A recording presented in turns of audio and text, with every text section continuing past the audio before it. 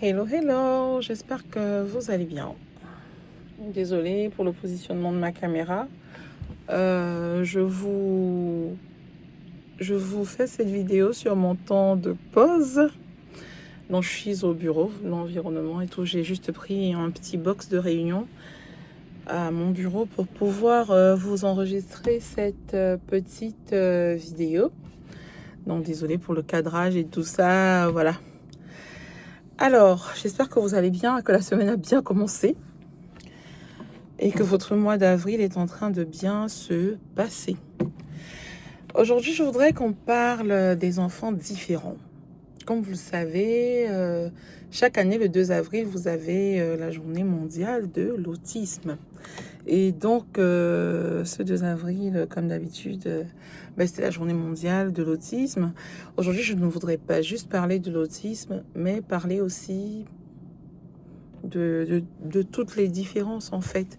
C'est de tous les enfants qui ont des besoins spécifiques, qui sont suivis pour des choses spécifiques. Et comme vous le savez sur la chaîne, pour ceux qui me suivent depuis longtemps, j'ai mon aîné, j'ai un petit autiste qui a 11 ans.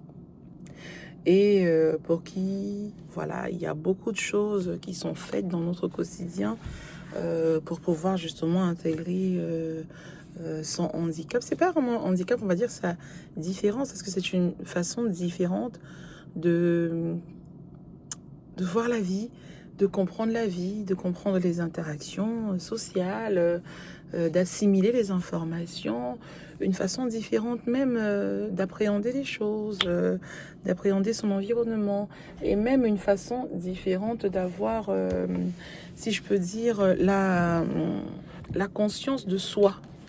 Vous voyez, parce qu'en fait, dépendant du type d'autisme, du degré dans lequel la personne est atteinte par son autisme, vous savez, on peut, en tout cas c'est le cas de mon fils, avoir même des problèmes au niveau de la perception de soi dans l'environnement. C'est pour ça, vous voyez, certains enfants autistes ressentent le besoin, soit c'est le cas de mon fils par exemple, il ressent le besoin de s'agripper, par exemple. Il aime beaucoup faire de l'escalade, vous voyez, il va vraiment ressentir le besoin d'être en hauteur. S'il est quelque part, il va essayer de grimper. Des fois, je lui demande, mais est-ce que tu es Tarzan, toi? Tu es Tarzan? Parce qu'en fait, certains autistes ont vraiment ce besoin-là. Ou d'autres vont ressentir le besoin d'être couché par terre, ou alors ressentir vraiment le besoin d'être compressé, comprimé, vous voyez. Ils auront tendance, pour certains, à vouloir mettre des vêtements qui serrent et tout, ou à vouloir toujours garder un chapeau sur la tête. Mon fils, c'est son casque. Il a un casque anti-bruit, mais aujourd'hui, on ne pense même plus que ce soit par rapport au bruit. Lui, il veut vraiment garder ce casque parce que il ressent le besoin d'être, vous voyez, comprimé et tout. Et lui aussi, par exemple, il ressent le besoin d'être habillé à chaud. C'est-à-dire que même quand il fait chaud, mon fils va s'habiller comme si on était en hiver, avec un blouson, avec tout couvert et tout, alors qu'il fait 40 degrés dehors. Mais c'est parce que justement, il a justement cette différence par rapport à vous et moi dans la perception de lui-même par rapport à son environnement. C'est des choses liées à la gravité, à l'espace et tout. La représentation qu'il se fait de lui-même. Par exemple, lui, ça fait quelque temps, en tout cas ça fait au moins 1 an qu'on a remarqué qu'il aime boire chaud. Déjà, il a toujours aimé manger très chaud, mais là, il aime boire chaud. Il aime même boire bouillant. Vraiment, il va prendre de l'eau vraiment bouillante, et il va la boire. Et c'est une eau, franchement, si vous touchez cette eau, elle va vous brûler. Mais lui, vous voyez, je crois qu'il ne ressent tellement pas les choses qu'il a besoin d'avoir cette eau tellement bouillante dans sa bouche que le fait qu'elle soit très chaude comme ça, ça lui permet de ressentir en fait. Ça chauffe dont je suis, ça chauffe dont j'existe. Je ressens ces sensations dont, voilà, je sais que j'ai une bouche. Voilà, vous voyez. Ça peut paraître un peu bizarre ce que je dis, mais voilà, ça fait partie des choses dans le quotidien qui... Nous, on a quelque chose qui nous arrive des fois. On va aller dans certains endroits, il est très à l'aise avec ces environnements-là. Et dans d'autres environnements, parce que l'endroit est trop fermé, parce que par exemple, c'est fait avec un mur avec, vous savez, pas du béton, mais plutôt des briques de pierre, ou je sais pas. Ben, dans ces endroits-là, il va être en crise. Il aura vraiment envie qu'on parte. Donc, il va vous montrer qu'il est gêné. Et si vous ne comprenez pas sa gêne, ben, vu que c'est un autiste, non, on dit non verbal parce qu'il parle peu, ou alors le langage chez lui, en tout cas pour le mien, il n'est pas fonctionnel. Donc on les appelle les autistes non verbaux. Il va crier parce qu'en fait c'est ce qui lui reste à disposition pour exprimer sa détresse. Mais une fois que vous sortez de cet endroit avec lui, il est tranquille. Et des fois, ça va être parce que l'endroit est trop éclairé, tout est trop blanc, tout est trop éclairé et ça va le déranger parce que ils peuvent aussi avoir de la sensibilité avec les yeux et tout ça.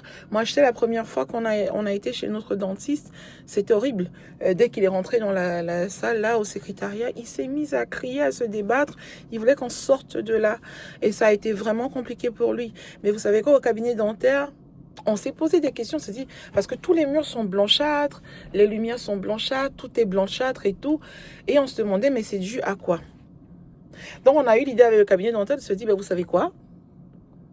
On va faire la même chose, mais on va revenir le lendemain et eux, ils vont éteindre pour que l'endroit soit tamisé, que ce soit plus trop éclairé, blanchâtre, comme ça, comme dans un cabinet dentaire classique.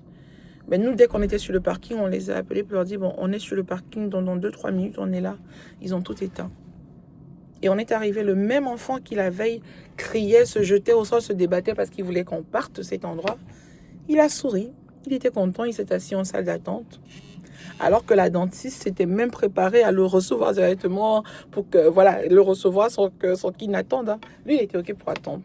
Elle est sortie, vous savez, avec ce que les dentistes ont, là, la forme de bouche. L'espèce de bouche qu'ils ont, qui s'ouvre et tout. Elle lui a montré cette bouche, elle lui a montré des dents, elle a pris des spatules dentaires. Elle lui a dit, ben voilà, nous on va travailler dans ta bouche aujourd'hui. Est-ce que tu as vu? Fais A avec la bouche. Ben il a fait A avec la fausse bouche et tout. Et puis elle lui a dit, ben installe-toi. Il s'est installé. On a travaillé sur ses dents. Il s'est très bien, enfin, il s'est tenu normalement. Et quand on a terminé, on était tous choqués. Non, mais on était tous choqués. On a fini ce travail et voilà. Et il fallait qu'on fasse des travaux dentaires pour sa sœur aussi. Il a attendu, voilà, on a fini et puis on est rentré. On était là genre en mode OK. Donc vous voyez, en fait, ça ne se limite pas qu'à vous qui vivez avec un enfant autiste ou un enfant différent. Là, aujourd'hui, j'ai parlé de l'autisme en rapport avec le mois d'avril, qui est le mois dédié à l'autisme. Mais ça peut être tout type de différence, tout type de handicap. Dans le sens où ce n'est pas que vous, dans votre vie, qui vous adaptez à l'enfant. C'est aussi les milieux que vous fréquentez. Je ne sais pas dans quel pays vous vivez, mais dans beaucoup de pays, type en Belgique, en Suède, en France où je vis, même en Italie où j'ai vécu, en Belgique où j'ai passé beaucoup de temps aussi pour mon travail. Ben, vous savez, il y a des heures dédiées dans les supermarchés. Les supermarchés et les centres commerciaux, il y a des heures dédiées où on va baisser le ton de la musique, on va tamiser les lumières, c'est des heures calmes. Et c'est souvent des plages d'horaire d'1 heure ou 2 heures pour en fait permettre aux personnes en situation avec certains handicaps sensoriels et tout, dont les autistes, à pouvoir venir fréquenter le centre commercial à ces heures-là parce qu'on s'est rendu compte que en fonction de comment l'environnement est, en fonction voilà des stimulations sonores et tout ça, leur comportement change, vous voyez. Et des fois ça peut être même dans les transports. Et si dans les environnements que vous fréquentez, les gens ne sont pas sensibilisés à ça, votre rôle aussi, en tant que parent d'un enfant autiste, c'est de dire aux gens, non, écoutez, mon enfant est autiste, voilà pourquoi il se comporte comme ça. Ça peut être au restaurant même, hein. Moi, au départ, je vous dis, quand mon enfant était tout petit, j'ai vécu ce truc où j'avais pas honte de mon enfant, mais j'étais gênée par le regard de la société sur mon enfant. Donc à certains moments, je me disais, mais non, il faut pas que je sorte avec lui à certains endroits, parce que voilà, il va... Après, mon fils, si vous le voyez là, comme ça, vous savez pas qu'il est autiste, hein. Vous le voyez, il est comme tout enfant, voilà.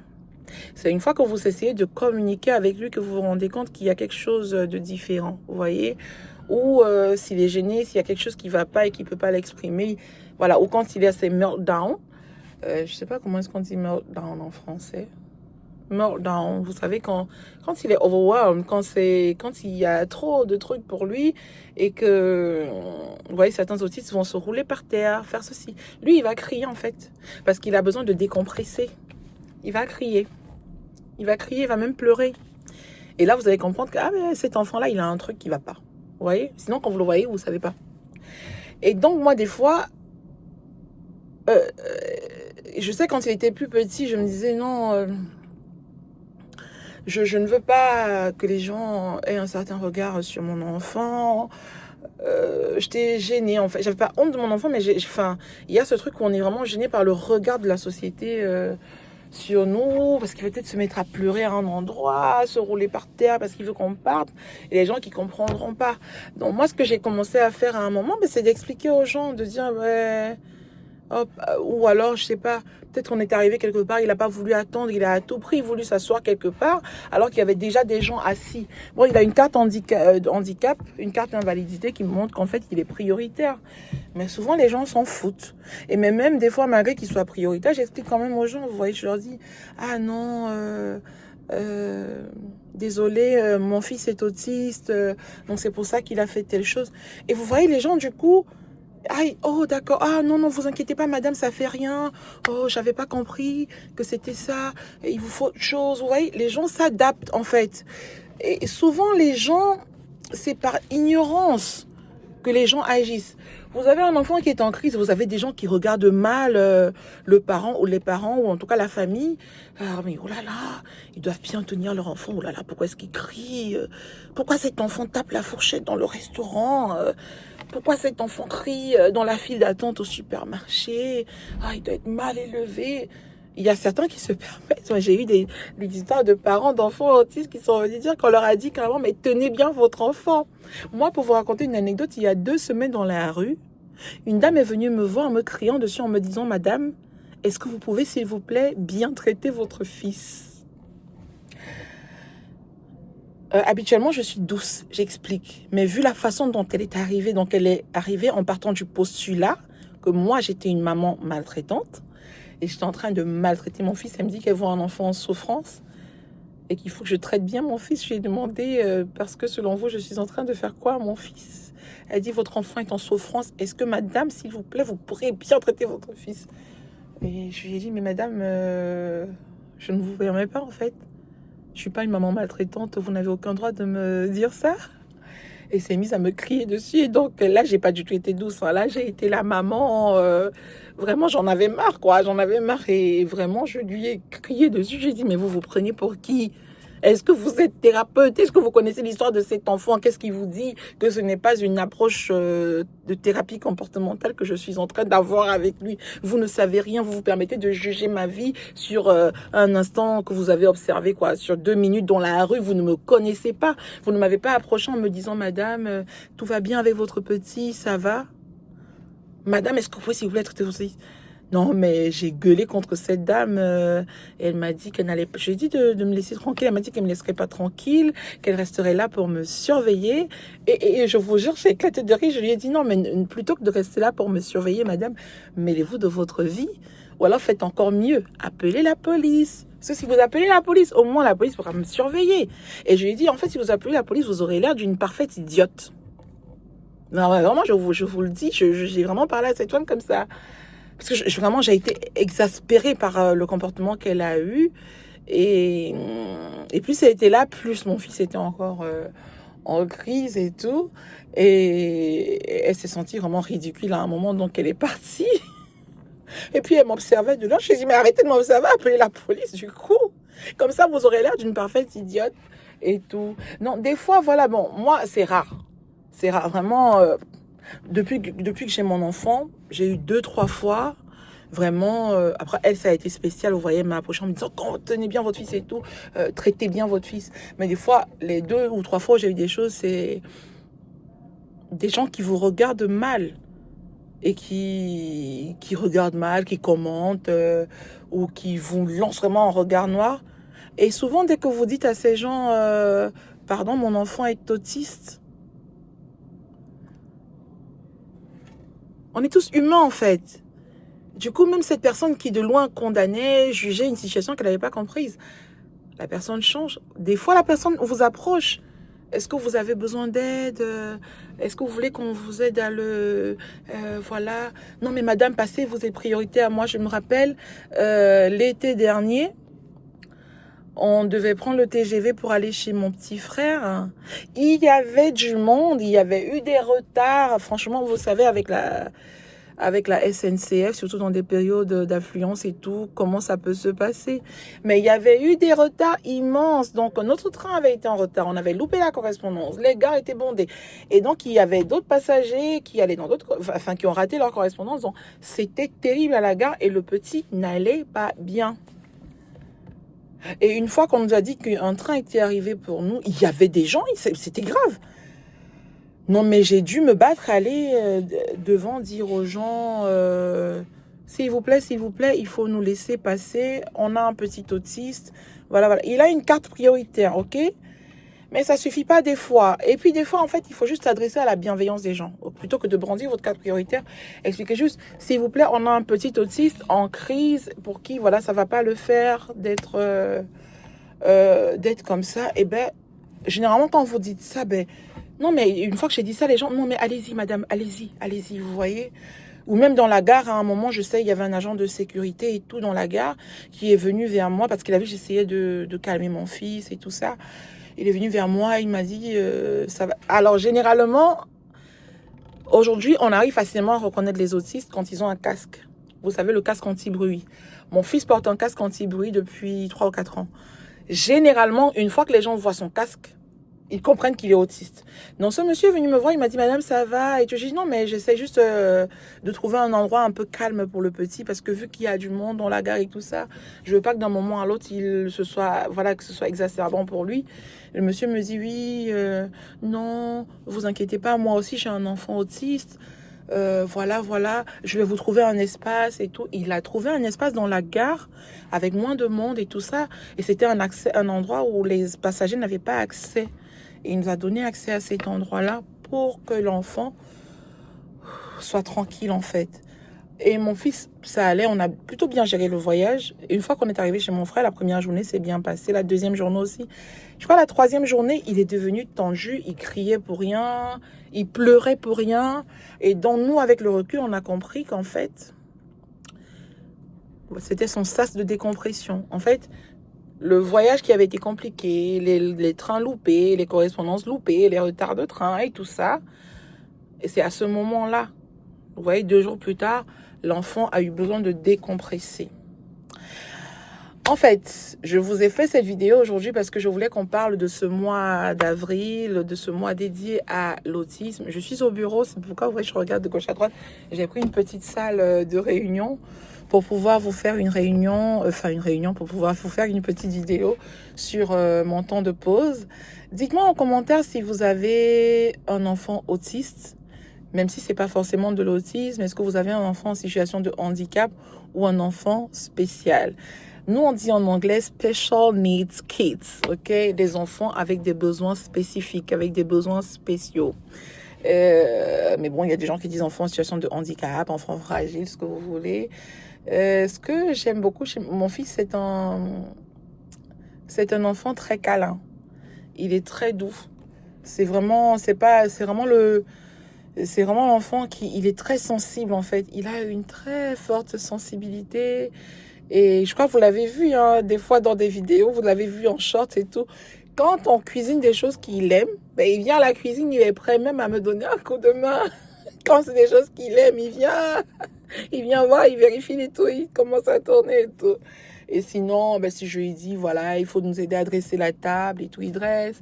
Si ses sœurs ont besoin de récupérer les sacs à dos en haut pour mettre des trucs, on l'appelle, viens prendre et tout, parce que moi, je suis en train de faire autre chose et tout. Donc, il est hyper serviable, il comprend tout, parce que c'est pas parce que c'est un autiste non-verbal qui ne comprend pas. Et nous, on parle plusieurs langues, donc on a l'anglais, l'italien, le français, l'espagnol. Bon, mon fils est très bon en italien et en français, en anglais un peu moins. Donc, il vous comprend parfaitement, il comprend parfaitement tout ce que vous lui dites. Il est capable aujourd'hui de comprendre des consignes, de mémoriser des consignes et tout. Alors, aujourd'hui, il parle. Avant, c'était un enfant complètement non-verbal. Alors, lui, au départ, il a parlé. Il a parlé comme tous les enfants commencent à parler. Et ensuite, le langage s'est effacé. Il disait de moins en moins de choses jusqu'au point où il n'a plus rien dit. Et il a fallu beaucoup de thérapie, beaucoup de choses en place pour qu'on retrouve un soupçon de langage.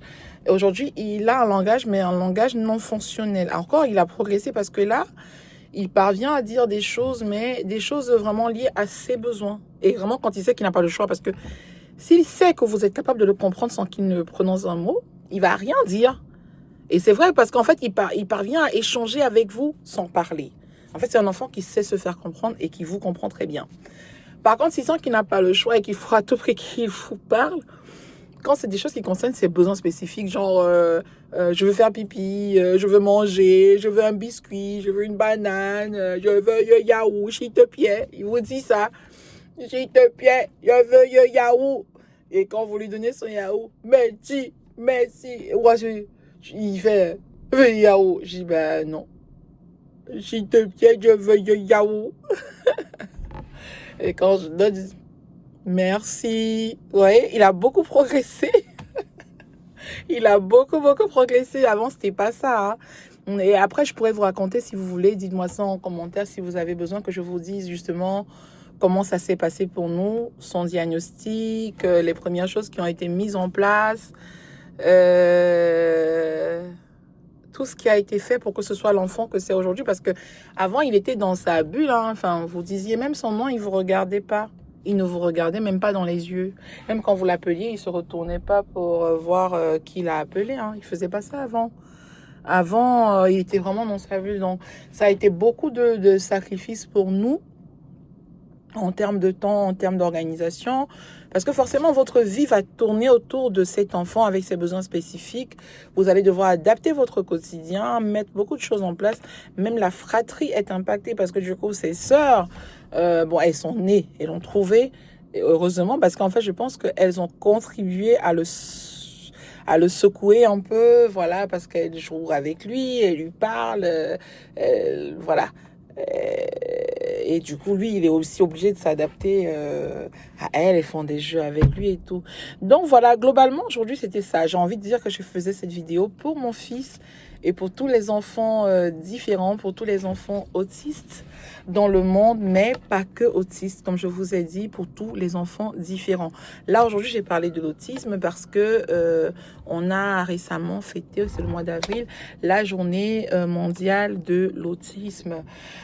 Je vous avais dit d'ailleurs lors d'un short que lui, il a des préférences alimentaires. Des fois, il est à fond sur quelque chose. En ce moment, ce sont les danettes. Il adore les danettes. En fait, quand je fais les courses avec mes enfants, vous savez, je fais la liste des courses de la semaine. Puisque moi, je fais pas mes courses au hasard. En fait, je fais une liste des repas du mois. Et c'est en fonction de ma liste des repas du mois que je vais faire la liste des courses. Voilà. Et quand on va faire les courses, ben, je responsabilise déjà mes enfants, je partage la liste des courses avec eux et je leur dis voilà ce qu'il va nous falloir prendre, il va falloir ça, ça, ça. Donc quand on arrive, chacun participe et tout. Lui, liste ou pas liste, soyez sûr quand on va arriver, il va se diriger vers ce qui l'intéresse. Donc il va aller rayon frigo, yaourt et dessert et là-bas il va chercher ses danettes. Je vous assure, il va prendre le caddie, il va aller directement, dans même les gens, les supermarchés, on le connaît déjà, il prend ses danettes pistache, danettes vanille, danettes chocolat et tout, il prend. Et puis après un moment, vu qu'il adore les bananes, il va aller aux bananes, il va prendre ses bananes au rayon fruits et voilà. En ce moment, il est à fond sur tout ce qui est spéculoos ou petit beurre. Donc, il va aller de ce côté-là. Et je dis non, on a déjà des trucs à la maison. En plus, là, la semaine dernière, tu ne prends pas. J'ai fait des biscuits à la maison. Tu ne prends pas, tu ne prends pas. Il dit, tu dis, tu ne prends pas. Même si tu cries, je vais pas te laisser prendre. Non, prends pas. Et quand il voit, je suis ferme. En plus, tu as pris les danettes. Donc, quand je reste ferme, il prend pas. Ou des fois, il va prendre. Il est intelligent. En fait, il va rapidement essayer d'ouvrir le sachet. Parce qu'il sait qu'une fois que c'est ouvert, je suis obligée de payer. Maintenant, il fait plus ça parce que je suis un peu plus ferme. Je dis non. Non et non et non. Avant, il avait du mal quand on arrivait à la caisse. Par exemple, je sais pas moi, il a pris une pompote, il est en train de la consommer et on arrive à la caisse, il me regarde. Donc, il veut pas donner la pompote pour qu'on, vous savez, qu'on passe le QR code à l'écran pour facturer. Il va pleurer. Tout dans... Avant, on devait lui expliquer, il pleurait, le caissier devait lui dire non, attends, écoute, donne, Maintenant, quand on arrive à la caisse, pour vous dire à quel point on a travaillé, quand on arrive à la caisse lui-même, hein, s'il a commencé à consommer quelque chose, c'est lui-même qui donne au caissier ou à la caissière. Il donne. Il sait qu'on va lui rendre son truc, et puis on lui rend.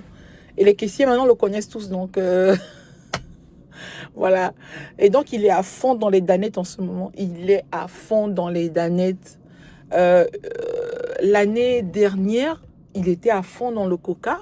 Pendant un moment, moi, j'ai eu peur parce que ça reste quand même du coca. Et il a eu ça, il a connu le coca dans un centre spécialisé pour enfants autistes qu'il fréquentait. Et c'est comme ça qu'il a découvert le coca là-bas. Parce qu'avant, pour le côté pétillant, je lui donnais un peu d'eau pétillante, il aimait. Mais quand il a découvert le coca, c'était... Non, mais il voulait à tout prix le coca tout le temps, tout le temps, tout le temps. Donc ça a été dur pour nous. Il a eu sa phase banane. Il pouvait vous manger 20 bananes par jour. Banane, banane, banane, banane, banane. Il était vraiment à fond. Donc des fois, il a des phases comme ça. Après, il va plus vouloir de ce truc-là. Le truc, c'est qu'en fait, il vous montre et il change beaucoup. Hein. Ça veut dire, là, par exemple, je vais faire des pâtes à la carbonara. Il va les adorer. Il va en vouloir pendant plusieurs jours. Donc, moi, prochainement, je vais en faire en grande quantité en me disant, ben, il va aimer. Puis voilà, un jour, je vais refaire. Il veut pas. Voilà, tout simplement, il veut pas. Il a changé, il est passé à autre chose, voilà.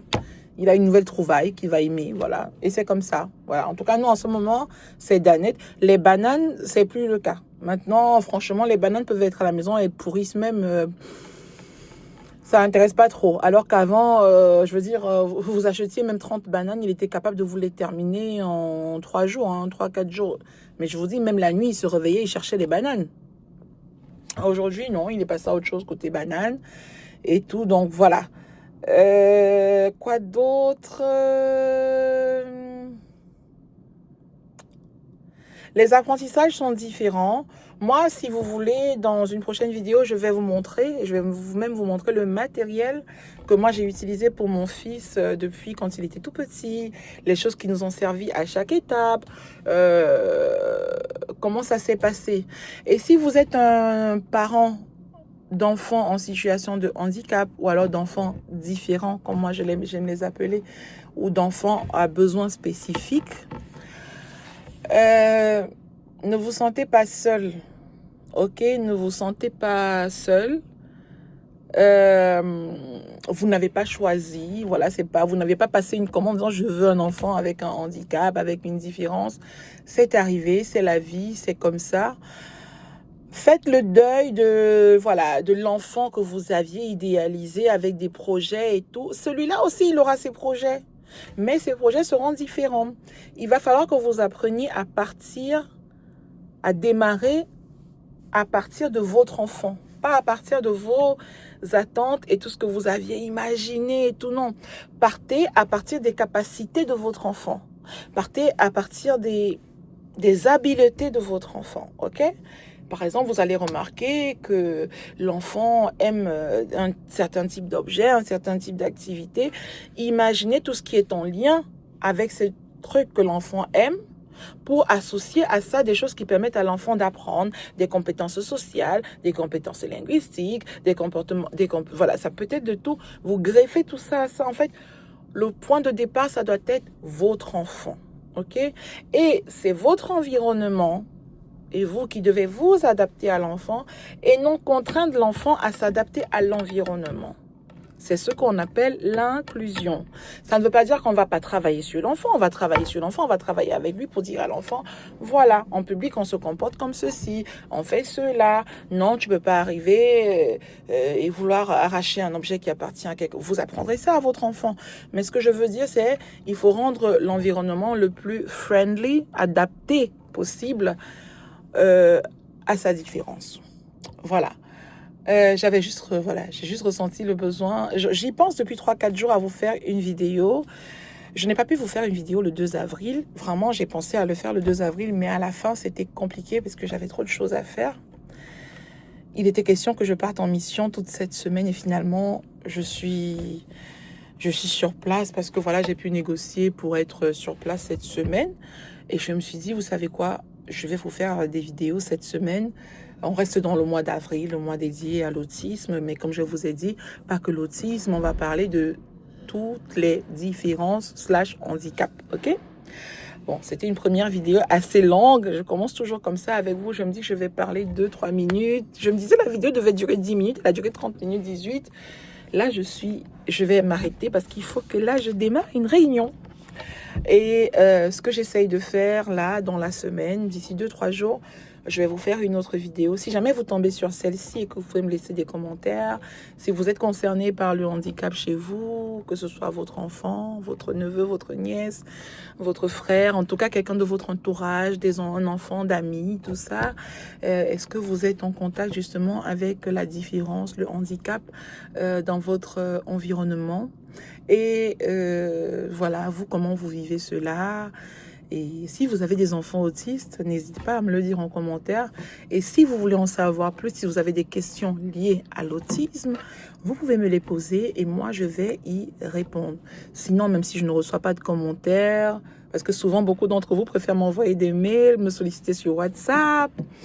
Beaucoup d'entre vous font ça et c'est bien, c'est toujours signe de beaucoup de confiance. Ce que je vais faire, moi, ces jours-ci, je vais essayer de vous faire 2-3 vidéos un peu plus préparées, plus élaborées sur le sujet. Je vais être en télétravail après-demain. Non, je pense qu'après-demain, je vais vous faire une vidéo plus travaillée, plus posée, où je vais peut-être avoir un script.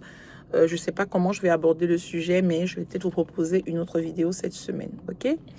D'ici là, portez-vous bien. Moi, je vais continuer ma journée de travail. Au revoir.